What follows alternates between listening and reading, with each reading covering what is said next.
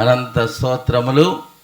మరి పాస్టర్ గారికి ఏమొచ్చి ప్రత్యేకమైన వందనాలు. మరి దైవ సేవకులందరికీ కూడా ప్రత్యేకమైన వందనాలు. మరి ఉన్నటువంటి వీళ్ళందరూ కూడా మ్యూజిషియన్ టీం వీళ్ళందరూ కూడా నా ప్రత్యేకమైన వందనాలు. మరి చిన్న ప్రార్థన చేసుకొని ఒక పాట పాడి వాక్యాన్ని, మహాపరిశుద్ధమైన తండ్రి, మీ చేయి చాపి నా నోరు ముట్టి మీ మాట నాలో ఉంచి నాయన మీ సిలువ చాటును మరుగుపరుచుకొని మా అందరితో మీరు మాట్లాడమని యేసు నామములో కృతజ్ఞత అర్పిస్తున్నాము తండ్రి, ఆమేన్.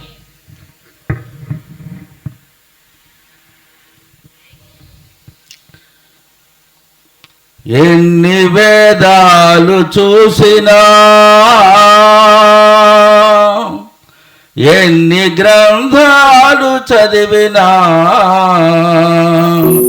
నా జీవితములో మార్పు లేదయా.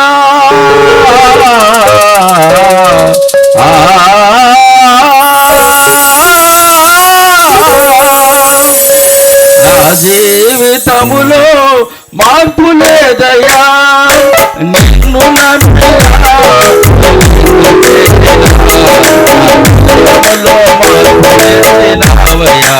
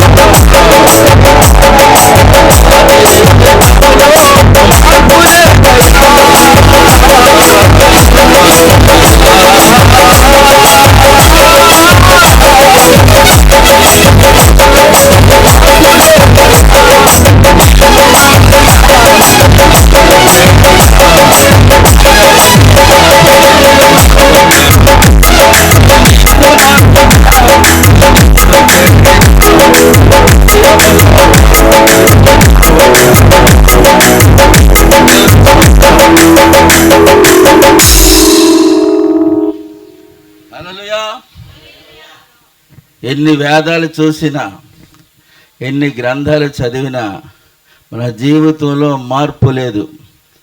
ఎందుకో తెలుసా?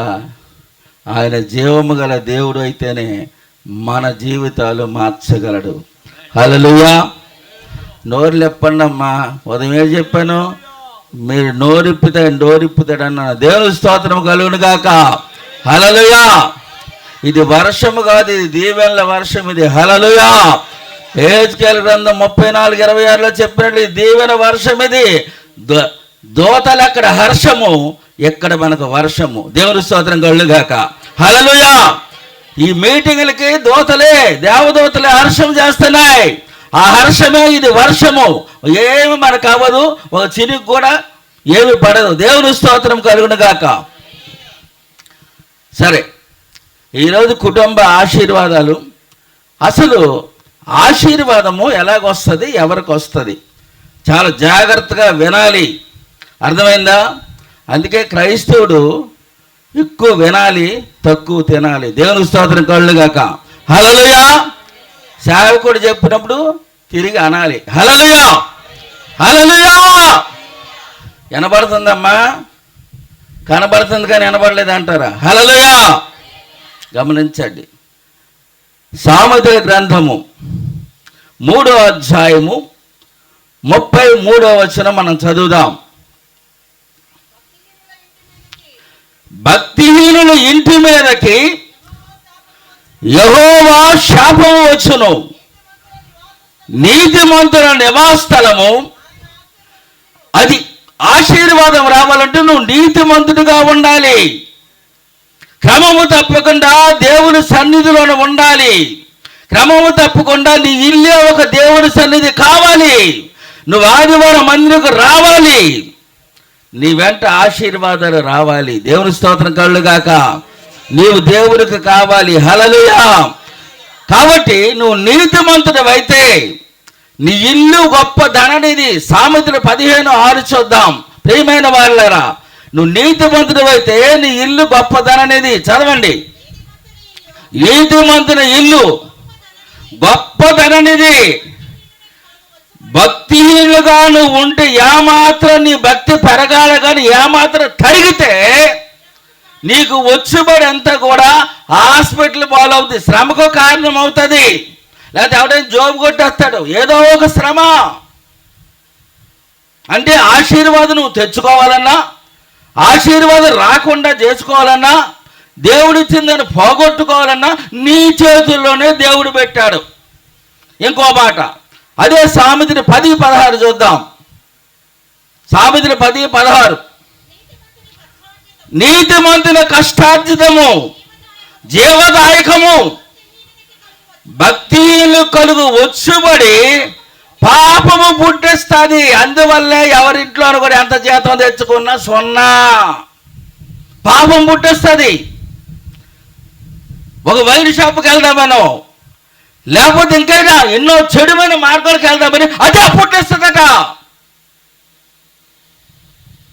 దేవుడు పిల్లలను పుట్టిస్తే నువ్వు భక్తిహీనతో ఉంటే పాపముట అనేక రకమైన ఆలోచనలు పుట్టిస్తుందట.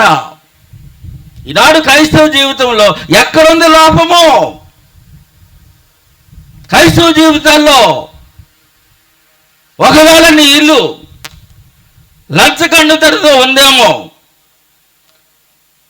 అనుగురు జీతం కంట ఇంకా ఎక్కువ తీసుకుంటాడో ఏటో, అలాగైతే నీ గుడారాలు కాలిపోతాయి. యోబు గ్రంథం 15:34. ఆశీర్వాదము దేవుడు ఇవ్వాలని ఆశిస్తున్నాడు.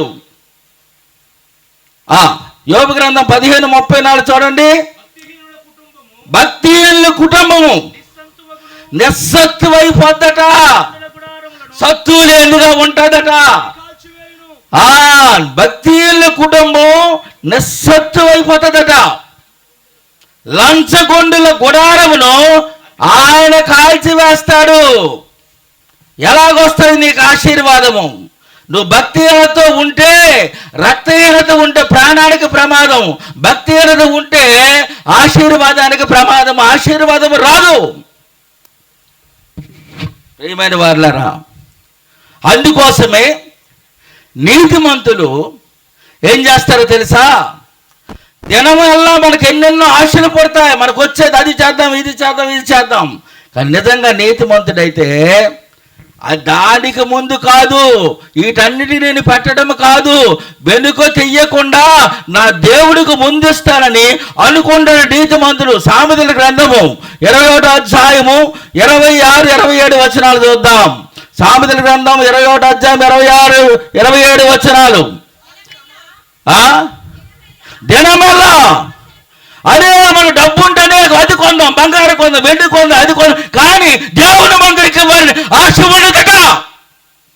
కానీ నువ్వు నీతిమంతుడు అయితే వెనుక తీయకుండా, అందుకే డెవలప్ అవుతాడు.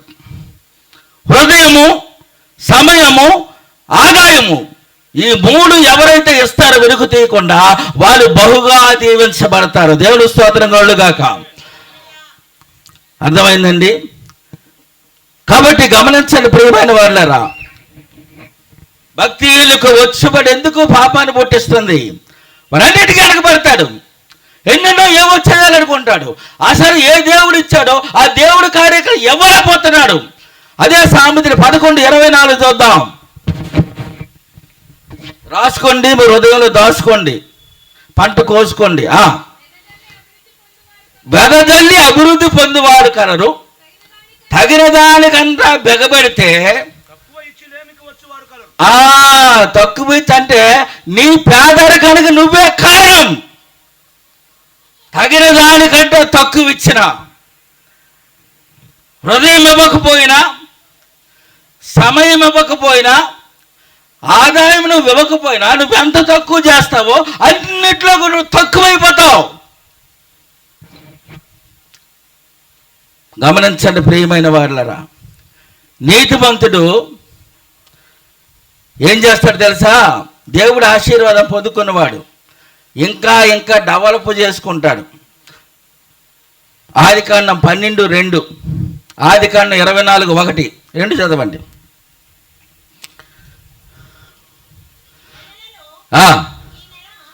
అమ్మా అమ్మా ఎక్కడికో వెళ్ళిపోతున్నారా? నిన్ను ఆశీర్వదించి నీ నామమును గొప్ప చేయుదును, నువ్వు ఆశీర్వాదముగా ఉండువు.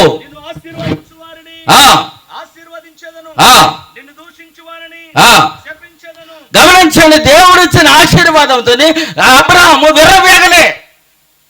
ఎప్పుడు నీకు దేవుడు ఆశీర్వాదం ఇస్తే అది కళ్ళు కద్దుకొని ఇంకా ఆశీర్వాదము పెంచుకునేలాగా, దేవుని ఆశీర్వాదం ఇంకా దేవుడిని పొందుకునేలా చేసుకోవాలి. అందుకని 24 మాటలోన అది వృద్ధాప్యమైనప్పుడు కూడా అన్ని విషయంలోనూ దీవించబడ్డాడు. ఈరోజు ఎంతగానో ఉంటే 4 డబ్బులు 500 జాబులు ఉంటే ఎవరనుకుంటున్నా నేను ఆయా ప్రైమ్ మినిస్టరా, సీఎం, వాళ్ళందరూ నా దగ్గర చదువుకున్నారు అంటారు. వాళ్ళకి ఎలాగొస్తాయండి దీవెన? అబ్రహాము కలిసి నివసించలేనంత ఆస్తి ఉండేటప్పుడు దేవుడు అడిగాడు, సొదొమ గొమొర్రాలో ఎంతమంది ఉంటే ఇదవుతామని. ఆ 18:27లో నీ దుమ్ముని, ధూళిని, బూడిదనై ఉన్నానని చెప్పాడు ఆయన. నేను ఆస్తి పన్ను కదా, అప్పుడు అబ్రహాము ధూళి దుమ్మి పూర్తిగా ఉన్నాడా? ఒకటే గుర్తు పెట్టుకోవాలి, ప్రతి క్రైస్తవుడు కూడా తగ్గింపు ఉండే జీవితం ముగింపు చేయాలి. హల్లెలూయా! తెగింపు ఉండాలి, దేవుని పరిచర్యకి ఇవ్వాలని తగ్గింపు ఉండాలి. ఎంత ఉన్నా సరే వదగాలి. నువ్వు వదుకుందుకొని వెళ్ళే ఎదుగుతావు, లేకపోతే సిద్ధికిపోతావు. తగ్గింపు అప్పుడే జీవితం ముగింపు. దేవుని స్తోత్రం కలుగు గాక. ఆశీర్వాదం ఎలాగొచ్చేస్తుందండి? నీ అంతటి నువ్వు ఆశీర్వాదం పొందాలని కోరుకున్నావా? చాలా చికాకులు పడిపోతుంది, అడ్డదారి తొక్కేలా చేస్తుంది. ఐశ్వర్యం పొందాలని నువ్వు ప్రయత్నించావా? నీకు అడ్డదారిలో తొక్కేస్తుంది. సామెతలు 28:22. సామెతలు 28:22 చదవనమ్మా. సామెతలు 28:22. చెడు దృష్టి గలవాడు ఆస్తి సంపాదించాలని ఆతృత పడును, తనకు దరిద్రత వచ్చునని వానికి తెలియదు. చాలు, నేను చదవమంటే చదవండి. చెడు దృష్టి కలిగిన వాడు ఆస్తి సంపాదన అడ్డదారులు తొక్కుతారు, కానీ అది ఎంత దరిద్రం తర్వాత పడుతుందో, ఎన్ని నష్టాలు తెచ్చుకుంటాడో తెలియదు వాడికి. అందుకే అన్నాడు ఒక్క మాట. అదే సామెతలు 15:16 చూద్దాం. మీకు ఎంత రౌండ్ అప్ కీర్తన సామెత కొంచెం అవుట్లైన్ వెళ్తాను. నెమ్మది లేకుండా విస్తారమైన ధనముండుట కంటే యెహోవా యందు భయభక్తులతో కూడిన కొంచెము చాలు, అదే నీకు మేలు. ఒక సామెత ఉంది మా ప్రాంతంలో, ఆ పాలు నీకు మేలుని. అలాగన్నట్టుగా దేవుని భయభక్తులతో ఉన్న కొంచెము అది నీకు మేలు, అది నీకు చాలు. యెహోవా యందు భయభక్తులతో ఉన్నది విస్తారమైన ధనముండి నెమ్మది లేవ సుఖమేట ఉందండి. దేవుడు ఆశీర్వాదం, ఎప్పుడైనా దేవుడు ఇచ్చిన ఆశీర్వాదమే నిలుస్తుంది. చూడండి సామెతలు 10:22 చూద్దాం. సామెతలు 10:22. ఆ యెహోవా ఆశీర్వాదము ఐశ్వర్యం ఇచ్చును, నరుల కష్టము చేత ఆయా ఆశీర్వాదం ఎక్కువ కాదు. అంటే నువ్వు ఎంత సంపాదించినా దేవుడిచ్చిన ఆశీర్వాదం ముందు ఒక ఆవగింజ లాంటిది. దేవుడి నుంచి నువ్వు ఆశీర్వాదం పొందాలి. అందుకే భక్తుడైన దావీదు మొదటి దినవృత్తాంత గ్రంథములు 17:27 ఉంది. ఒక మాట చదవండి. 17:27. ఇప్పుడు నీ దాసుడి సంతతి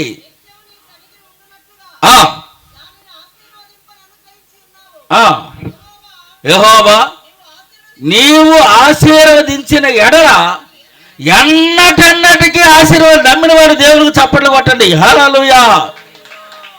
ఆ మాట ఎత్తేసరి చప్పట్లండి. సేవకుడితో చెప్పించుకోకూడదండి. ఆ మాట ఎత్తగానే ఉదయం చెప్పినట్టుగా ఒళ్ళు పులకరించాలి, చప్పట్లు కొట్టాలని ఆశ కలగాలి. ఎంత గొప్ప దేవుడా నా పట్టణ బ్రహ్మాండ. ఆఫ్టర్ ఆల్ ఆకాశ మహాకాశాల పట్టణ జాన దేవుడు. నేను చూస్తే ఆయన పాదోలికి కూడా పనికిరాని నా మీద ఎంత ప్రేమ. ఎవరు చూపిస్తారు ఎంత ప్రేమ? నిరుగువారు చూపించరు, నీ రక్త సంబంధం చూపించరు ప్రేమని. ఒక అనంత పరిశుద్ధులైన ఆయన పరిశుద్ధత మాత్రం నేను మనల్ని ప్రేమిస్తానంటే ఇలాంటి గొప్ప భాగ్యాన్ని మనం ఏం చేయాలండి? అలాంటి దేవుడి పేరు ఎత్తగానే గుండె జల్లు మనాలి, ఒళ్ళంతా ఉత్సాహంతో ఉండాలి. గమనించండి ప్రియమైన వాళ్ళారా, ఏంటనుకుంటున్నారు దేవుని యొక్క ప్రేమ? అందుకే గమనించండి. సామెతలు 21:3 ఒక మాట అంటాడు చూడండి. 21 అధ్యాయం 3వ వచనం 3-4 చదవండి. నీతి న్యాయములు అనుసరించి నడుచుకొనుట బలులు అర్పించుట కంటే యెహోవాకు ఇష్టము. నువ్వెన్ని బళ్ళు తెచ్చే ₹1,00,000 కానుకలు వేసేసి నీతి తప్ప జీవిస్తే థూ అని వస్తాడు ఆయన. నీతి న్యాయములతో బలులు అర్పించకంటే ఏటమ్మా చదవండి ఒకసారి మళ్ళీ. ఆ, ఆ. చూసారా, గమనించండి. నీతి న్యాయములు దేవునికి కావాలి. ఇంకో మాట చెప్పనా, నీతిమంతుడి తాలూకా వెలుగు ఆ దీపము ప్రకాశిస్తుంటుందట, ఆ ఇల్లు వర్ధిల్లుతుందట. 13:9 చూడండి, సామెతలు 13:9. నీతిమంతుల వెలుగు తేజరిల్లును అంతకంతకి వర్ధిల్లుతుంది. భక్తిహీనుల దీపము ఆరిపోతాయి. ఇంకా తినడానికి తిండి ఉండదు, ఉండడానికి ఇల్లు ఉండదు, కట్టుకోవడం బట్ట ఉండదు. నీ భక్తిహీనతే నీకు బలహీనత. రక్తహీనత ఎంత ప్రమాదమో భక్తిహీనత కూడా అంతే ప్రమాదము. రక్తహీనత అంటే రక్తము లేదని కాదు, అనుకున్నంత రక్తం లేదని. భక్తిహీనత అంటే భక్తి ఉంది, ఏదో ఆదివారంకి వెళ్తున్నావు, సండే నాడు మండుతున్నావు, మండే నాడు ఎండిపోతున్నావు. అలాంటి భక్తి. సండేకు మండిపోతున్నారు, ఎక్కడైనా ఉద్యమం, మండే నాడు ఎండిపోతున్నారు. గమనించని ప్రియమైన వాళ్ళారా, ఎలాగ ఆశీర్వాదం నీకు వస్తుంది? యెహోవా ఆశీర్వాదం ఐశ్వర్యం ఇచ్చిన అన్నాడు. నువ్వు నీతిగా నడుస్తున్నావా? 27 చూద్దాం. సామెతలు 27 సామెతలు 27వ చరణం 7వ వచనం. యథార్థ వర్తనుడగు నీతిమంతుని పిల్లలు. అబ్బా, నీతో కాకుండా నీ వంశము దీవించబడిపోద్దట.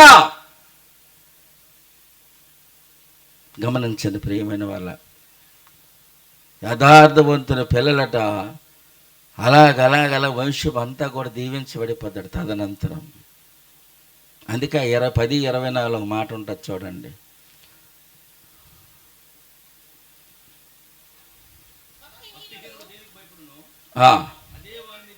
వస్తుంది గ్యారంటీ.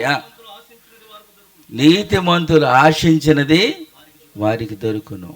నీతిమంతులు ఆశించడం అంటే దేవుడి దగ్గర ఏటుందని ఆశించాలా? ఇప్పుడు మనం ఆశించామంటే ఏదో ఉంటేనే కదా ఆశిస్తాం. ఇప్పుడు చేమలు ఉన్నాయనుకోండి, అక్కడ బెల్లం ఉంటేనే వస్తుంది. అది ఏమమ్మా, బెల్లం అక్కడ ఉంటేనే బెల్లం ఉందని వస్తుంది. బెల్లం లేకపోతే ఒక చేమ కనబడుతుందా? అవును. ప్రియమైన వారులారా, భోజనం లేకుండా 40 దినాలు ఉండొచ్చట, కానీ నీరు లేకుండా 4 గంటలు ఉండొచ్చట, కానీ ఆశ లేకుండా 4 నిమిషాలు కాదు 4 సెకండ్లు కూడా ఎవడ మనిషి బతకడట. అంటే మనిషి బ్రతుకు ఎప్పుడు కూడా ఆశలతో నిండినది. శ్వాస ఎంత ముఖ్యమో ఆశ అంత ముఖ్యము.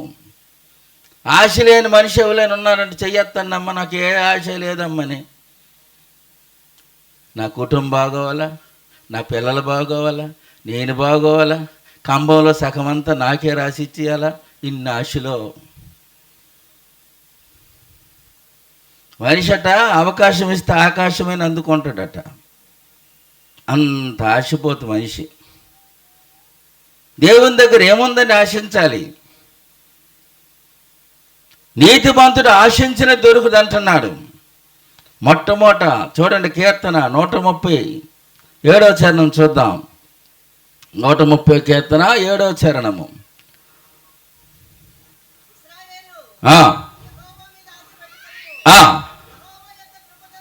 యెహోవా యందు కృప దొరుకును. చాలండి, యెహోవా తర్వాత చౌదరి గారి యెహోవా ఏం దొరుకుతుందండి? కృప దొరుకుతుంది. ఇది బైబిల్లో మొట్టమొదటి కృప ఎవరు పొందుకున్నారండి? కృప పొందుకున్న వాళ్ళు ఎలా తెలియదమ్మా?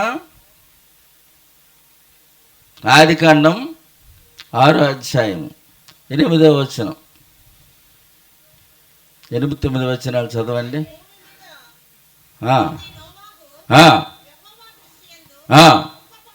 కృప పొందిన వాడయ్యారు.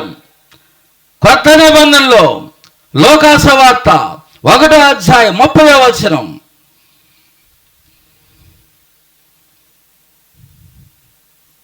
ఉందా లేదా లోకాసువార్త?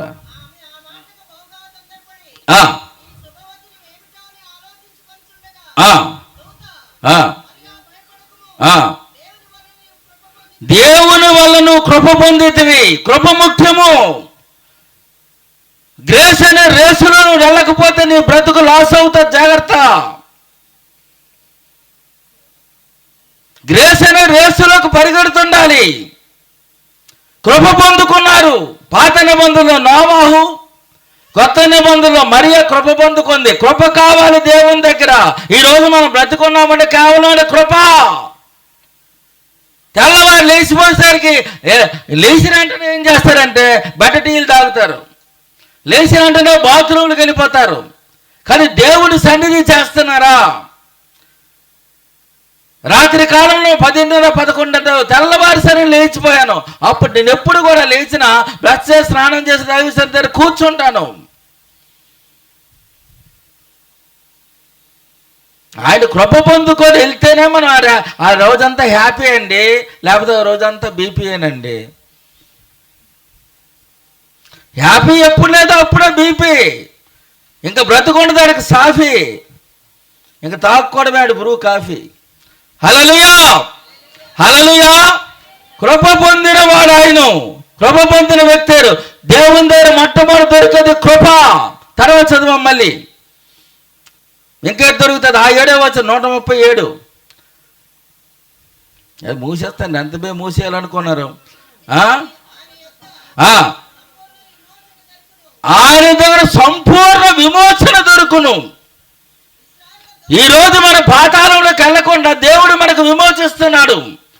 Everyday birthday, every second birthday, every year birthday అంటున్నారు. కానీ దినానికి సెకండ్కి ఎంతో మంది చనిపోతున్నారు. ఆ చనిపోయిన దాంట్లో నువ్వు నేను లేనంటే ఎవ్రీ సెకండ్ కూడా బర్త్డే. దేవుని స్తోత్రం కలుగుగాక. Not every year, every second. ప్రతి సెకండ్ నీకు బర్త్డే. చూడండి, కీర్తన 130 కీర్తన, 103 కీర్తన 4వ చరణం. కీర్తన 134వ చరణం. అమ్మా నేనేం చదవమన్నాను? సూపర్ అమ్మా. 103 సమాధిలో నుండి నీ ప్రాణమును విమోచించుచున్నాడు. అంటే ప్రతిరోజు కూడా సమాధి పిలుస్తుంది. రా దానన్న, దా సిస్టర్, దా బ్రదర్ అని సమాధి పిలుస్తుంది. దేవుడు ఏం చేస్తాడుగా, నీకు తెలియకుండా నాకు తెలియకుండా సమాధి చెప్తున్నాడు నీకు అధికారం లేదని. అందుకు మనకు విమోచన వస్తుంది. అది వస్తుంది. మరణం పాశాలు వేయడానికి రెడీగా ఉంది. అది పాతాళం నోరు పెట్టి చూస్తుంది, ఎంత బేగ వస్తే మింగేద్దామని. సమాధి నుండి విమోచిస్తున్నాడు. దానియేలు గ్రంథము 6వ అధ్యాయము 22వ వచనం.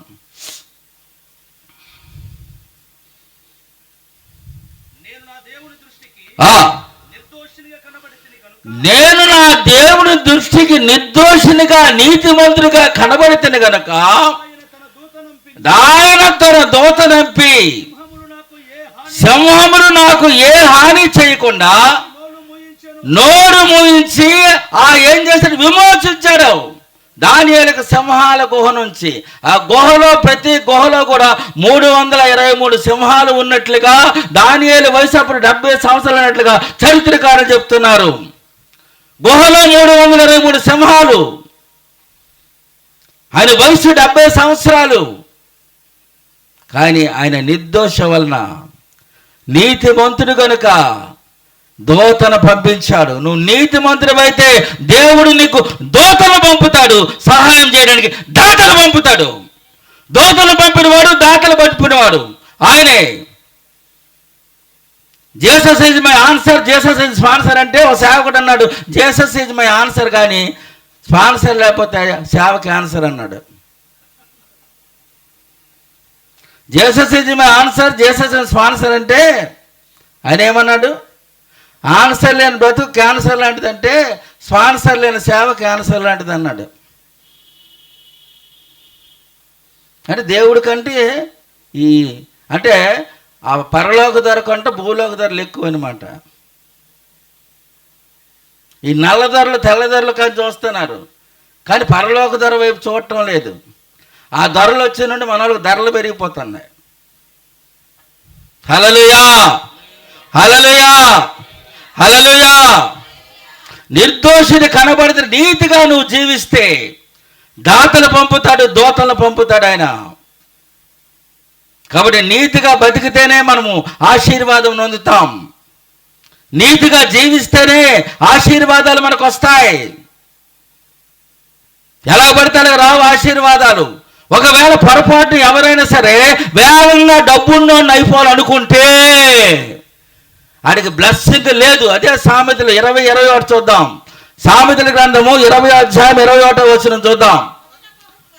అబ్బబ్బబ్బబ్బా, వేగంగా దొరికిపోవాలా, వేగం డబ్బుండి అయిపోవాలా, కంబంలో నేను ఒక్కదాన్ని ఆస్తిపరులు అని బహుగా త్వరగా దొరికిపోతే త్వరగా దీవెన పొందుతుంది.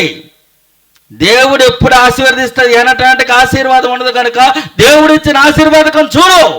అందరూ కూడా బాగా డబ్బులు అయిపోతే నేనైపోవాలని మొదట ఒకవేళ త్వరగా కావాలని వేగంగా అయిపోవాలని నేనైపోతే ఆ ఉన్నది ఏం చేస్తుంది, ఓడప్పు చేసుకుంటుంది. అందుకే సామెతలు 23:4 చూద్దాం. సామెతలు 23:4 ఐశ్వర్యం పొందాలని ప్రయాసపడకము, అట్టి అభిప్రాయం నీకు కలిగినను దానిని విడిచిపెట్టు.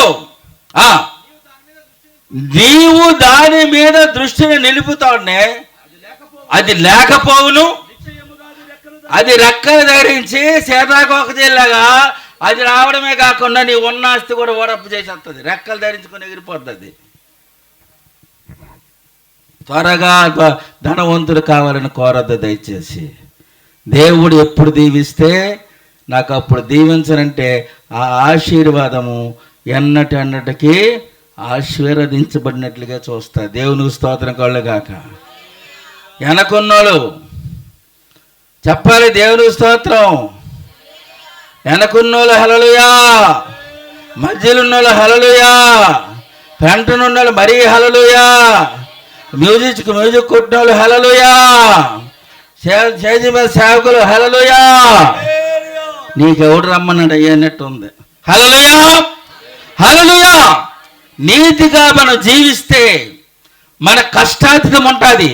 మోసము చేత సంపాదిస్తే అది చాలా డేంజర్. 13:11 చూద్దాం. సామెతలు 13:11 మోసము చేత సంపాదించిన ధనము క్షీణించిపోవును, కష్టము చేసి కూర్చున్నవాడు తన ఆస్తిని అలగరావాలి. నువ్వు కష్టపడాలి, నీతిగా వెళ్ళాలి, అప్పుడు దేవుడు దీన్ని బ్లెస్ చేస్తూ ఉంటాడు. అందుకే అబ్రహాము అలాగా ఏం చేశాడంటే ఆస్తిని పెంచుకున్నాడు. అబ్రహాంతో సరిపోయింది ఆశీర్వాదము. నీతిమంతుల పిల్ల తరతరంతరం అవుతాడనడానికి ఇస్సాకు కూడా దేవుడు మాట్లాడారు. ఆదికాండం 26:24 చూద్దాం. ఆదికాండం 26:24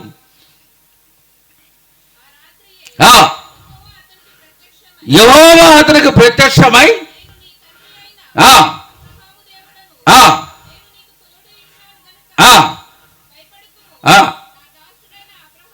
అబ్రహామును బట్టి చూడండి, నీతిమంతుడు అయితే నిన్ను బట్టి దేవుడు దీవిస్తాడు. హల్లెలూయా.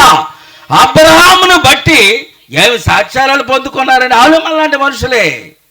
దేవుడి చేత సాక్ష్యం పొందిన వాళ్ళు, మనుషుల చేత కాదు. ఈరోజు మంచోళ్ళు అంటారు, వెనకెళ్ళిందా తాడా చెడుగొట్లోడు అంటారు.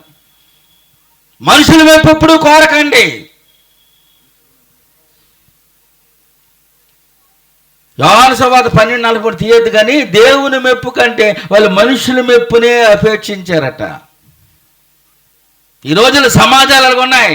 నన్ను అందరూ చూడాలి, నన్ను అందరూ గౌరవించాలి, నా స్టేటస్ ఏంటి, నీ స్టేటసా, నీ లెవెల్ని కవలేసి కప్పేస్తాడు దేవుడు. కలర్ వేసావా నీ కలర్ మార్చేస్తాడు దేవుడు. ఏంటనుకుంటున్నావు దేవుడితో పెట్టుకుంటున్నావు? ప్రియమైనటువంటి దేవుడు బిడ్డలారా, అందుకే ఇస్సాకును ఆశీర్వదించాడు, అబ్రహామును బట్టి దీవిస్తానన్నాడు. 39 చూద్దాం. ఆదికాండం 39. ఆదికాండం 35:9 దేవుడు తిరిగి అతనికి ప్రత్యక్షమై అతన్ని ఆశీర్వదించను. ఆల్రెడీ ఆశీర్వాదం ఉంది కదా, మళ్ళీ ఆశీర్వాదం ఏంటి? గమనించండి, నువ్వు ఎంత భక్తిలో ఎదుగుతుంటావో అంత ఎక్కువగా నేను దీవించాలని దేవుడట ఇష్టపడిపోతాడట. దేవుని స్తోత్రం కలుగాక. నీ భక్తే నీ కష్టాలకు విముక్తి. యాకోబుకి ఎంత దీవించాడండి, మళ్ళీ దీవించడం ఏంటి? ఎస్, భక్తి పెరుగుతున్న కొలది దేవుని యొక్క శక్తి కూడా పెరుగుతుంది. దేవుని స్తోత్రం కలుగాక. హల్లెలూయా చెప్పండి అమ్మా, హల్లెలూయా. నీ ముందు 2 లక్షల సూట్ కేసు పడును గాక, అప్పుడు చెప్తారండి హల్లెలూయా. చూడు పాస్టర్ గారు ఆమె ఇస్తారండి, ఇప్పుడు 2 లక్షలు పడిపోవాలి ఇప్పుడు. హల్లెలూయా, హల్లెలూయా. చూసారా, డబ్బట ఒక మొబ్బట, అర్థమైంది? డబ్బు ఏంటి? డబ్బు. అందుకే ఇక్కడ పెట్టాడు నిన్నట్టుగా లబ్బు డబ్బు లబ్బు డబ్బు అంటే డబ్బు డబ్బు డబ్బు అని. దీనికి ఎంత కనెక్షన్ ఇక్కడ పెట్టచ్చు కదా, ఎడం పక్కన ఇది లబ్బు డబ్బు అంటుంది, బయట వచ్చి డబ్బు డబ్బు అంటుంది. కాబట్టి గమనించండి, నీతిమంతులుగా ఉంటే ఆశీర్వాదము. చూడండి, అబ్రహామును బట్టి ఇస్సాకు దీవించబడ్డాడు, యాకోబు ఎల్లుటి వల్ల లాబాను దీవించబడ్డాడు. ఆదికాండం 30:27 మనల్ని బట్టే ఒకరికి ఆశీర్వాదము. మనం ఆశీర్వాదాలతో నింపబడితే ఇతరులకు మనం ఆశీర్వాదం కలిగి ఉండగలం మనం. ఆదికాండం 30:27 చూద్దాం. అందుకు లాబాను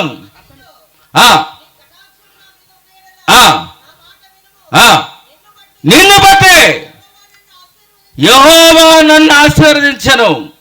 అంటే ఇక్కడ గమనించండి, యాకోబు వెళ్ళటం వల్ల లాభానికి లాభం కలిగింది. నువ్వు వెళ్తే ఏమవుతుందో తెలియదు. నువ్వు నేను ఒక ఇంట్లో అడుగు పెడితే అత్తగా కోళ్ళ గృహప్రవేశం అట, అత్త అగ్ని ప్రవేశం అట. కోళ్ళ గృహప్రవేశము, అత్త అగ్ని ప్రవేశం. మహాతల్లి ఐరన్ లెగ్గు. మనం వెళ్తే ఏమవ్వాలి? ఆశీర్వాదం ఉండాలి, ఒకళ్ళ ఆశీర్వాదకరంగా ఉండాలి. చూడండి, అబ్రహామును బట్టి ఇస్సాకు ఆశీర్వాదము, యాకోబును బట్టి లాబానికి ఆశీర్వాదం, యోసేపును బట్టి ఫరోకు ఆశీర్వాదం. ఆదికాండం 39:3-5 చూద్దాం. యెహోవా అతనికి తోడై ఉండుననియు అతను చేసినదంతయు అతని చేతిలో యెహోవా సఫలము చేసిననియు అతను యజమాని చూసినప్పుడు యోసేపు మీద అతనికి కటాక్షము కలిగెను కనుక అతని యొద్ద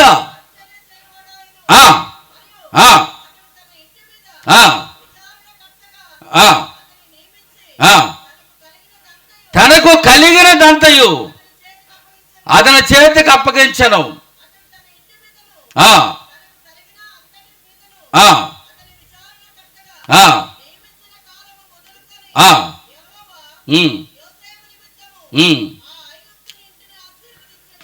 ఏదేని నిమిత్తం అండి? మన నిమిత్తం ఏమైనా వస్తుంది ఆశీర్వాదం? అసలు మనకే లేదు ఆశీర్వాదం, మన నిమిత్తం ఇంకోటి రావడం ఏంటి? ఇతన్ని బట్టి అబ్రహామును బట్టి ఇస్సాకు ఆశీర్వాదం, యాకోబును బట్టి లాబానికి ఆశీర్వాదం, యోసేపును బట్టి పోతీఫెరకి ఆశీర్వాదం. నీతిగా జీవిస్తే ఆశీర్వాదం. నెంబర్ 2, పరిచర్య చేస్తే ఆశీర్వాదము. సమూయేలు మొదటి గ్రంథము 3వ అధ్యాయము 20వ వచనము. ఏ బట్టి? కాబట్టి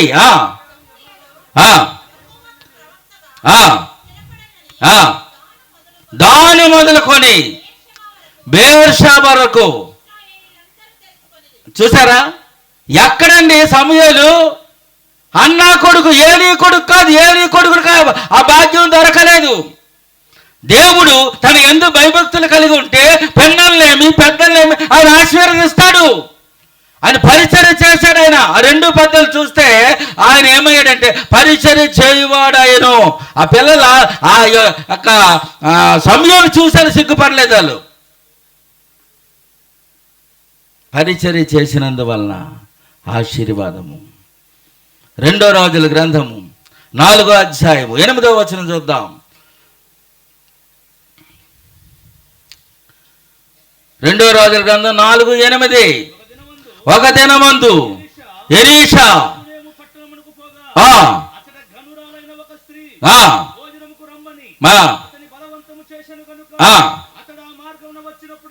అతడు ఆ మార్గము వచ్చినప్పుడెల్లా ఆమె ఇంట భోజనము చేయుచు వచ్చెను. కాగా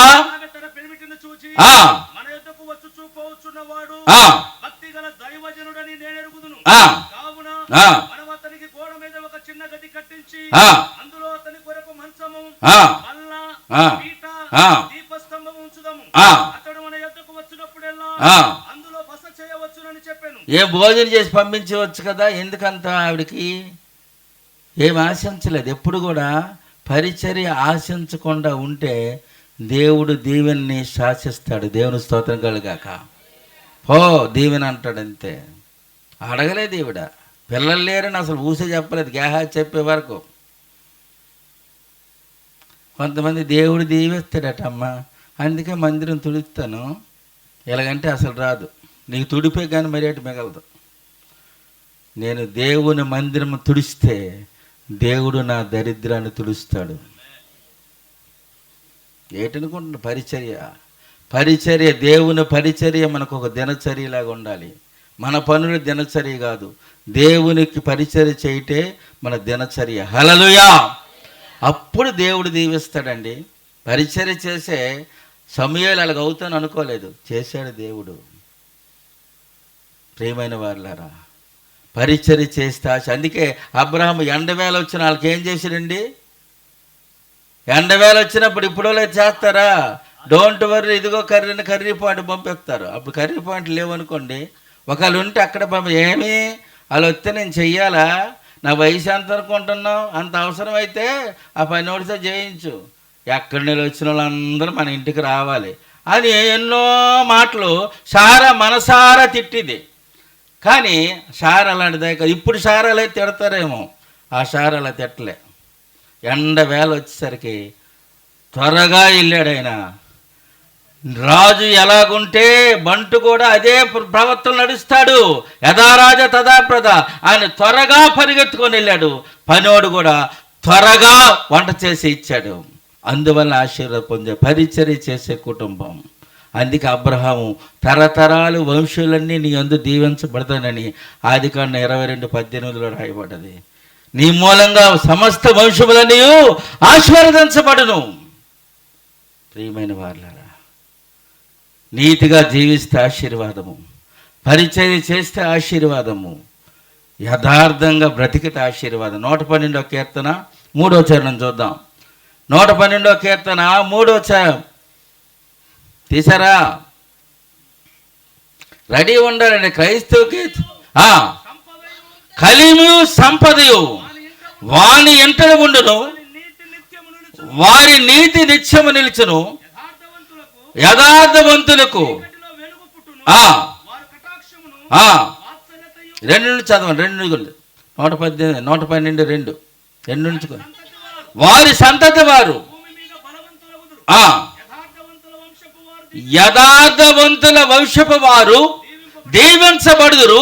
యథార్థంగా భక్తి చేస్తే నువ్వు ప్రార్థన చేయగానే దేవుడు ఇష్టపడతాడట. సామెతలు 15:8 చూద్దాం. సామెతలు 15:8. భక్తిహీనులు అర్పించు బలులు యెహోవాకు హేయములు, యథార్థవంతుల ప్రార్థన ఆయనకు ఆనందకరం. దేవుని స్తోత్రం కలుగాక.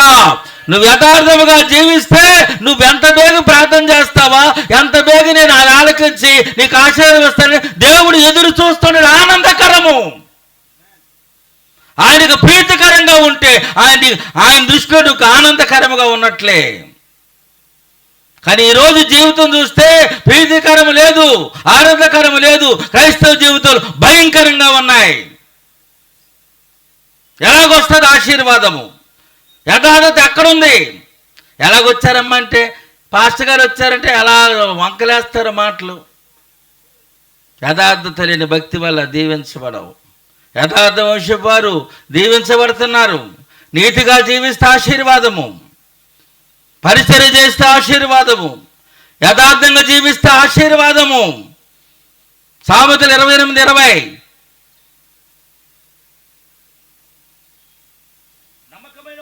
నమ్మకమైన వాడికి దీవెనలు మెండుగా. నమ్మకం లేదు.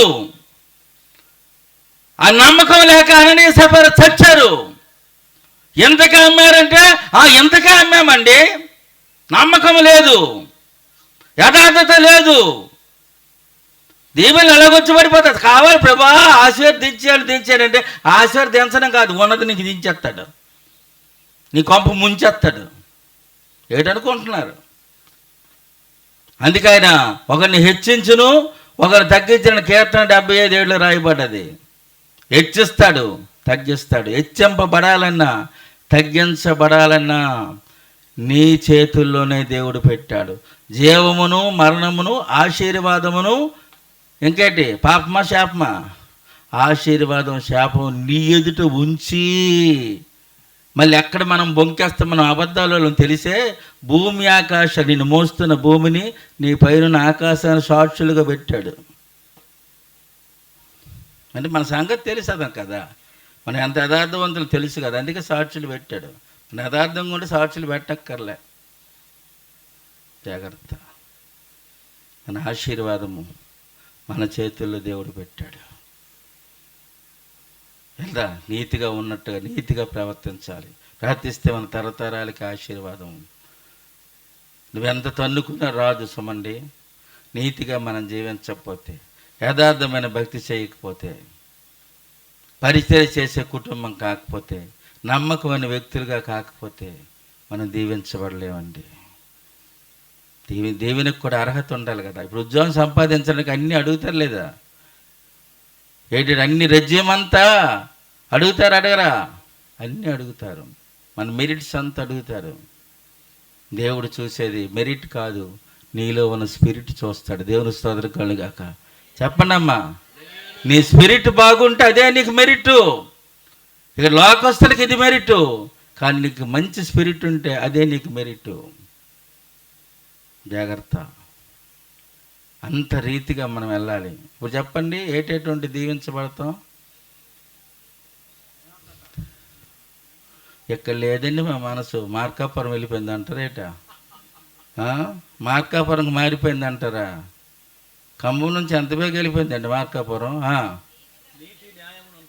ఫస్ట్ ఏం చెప్పాను? నీతి మంత్రిగా జీవించాలి. 2 పరిచర్య చేయవారు. వెరీ గుడ్ అమ్మా. పరిచర్య చేయవారు, యథార్థవంతులు. 4వది నమ్మకమైంది. ఈ యొక్క భూమికి 4 దిక్కులు ఉన్నట్లుగా ఈ 4 నువ్వు కలిగితే ఆశీర్వాదాలన్నీ నీ సొంతమే. దేవుని స్తోత్రం కలుగాక. బైబిల్లో 8,000కు పైగా ఆశీర్వాదాలు ఉన్నాయి. ఈ ఆశీర్వాదాలు 8,000 కాకపోయినా కొన్నేనా నువ్వు పొందడానికి దేవుడు కృప చూపిస్తాడు.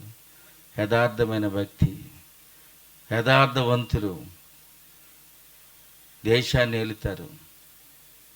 వాళ్ళు సుఖంగా గరీబ్ బ్రతుకుతారు నీతిగా జీవిస్తే. అందుకే దేవుడు అన్నాడు, నా కుమారుడా నీ హృదయం నాకు ఇమ్ము అన్నాడు. అంటే ఇది ఎంత భయంకరమైన హృదయం చూడండి. అందుకే హృదయము, సమయము, ఆదాయం ఇవ్వాలి. గమనించండి. ఎక్కడ ఏం మిగిలించుకోకపోలేదు ఏమీ లేదు, కానీ మనకు అక్కడ ఉంది ప్రతిఫలం. ఇక్కడ చేసిందంటే అక్కడ ప్రతిఫలం. పైనుండిది పంట, భూమి మీద ఉన్నది పెంట, కింద నుండి మంట. ఎందుకు వచ్చింది తంట? ఏసే మన జంట, వందామైన వెంట. నేను సెలవు తీసుకొని నేను ఉంటా. దేనికి స్తోత్రం. Praise lord. హల్లెలూయా.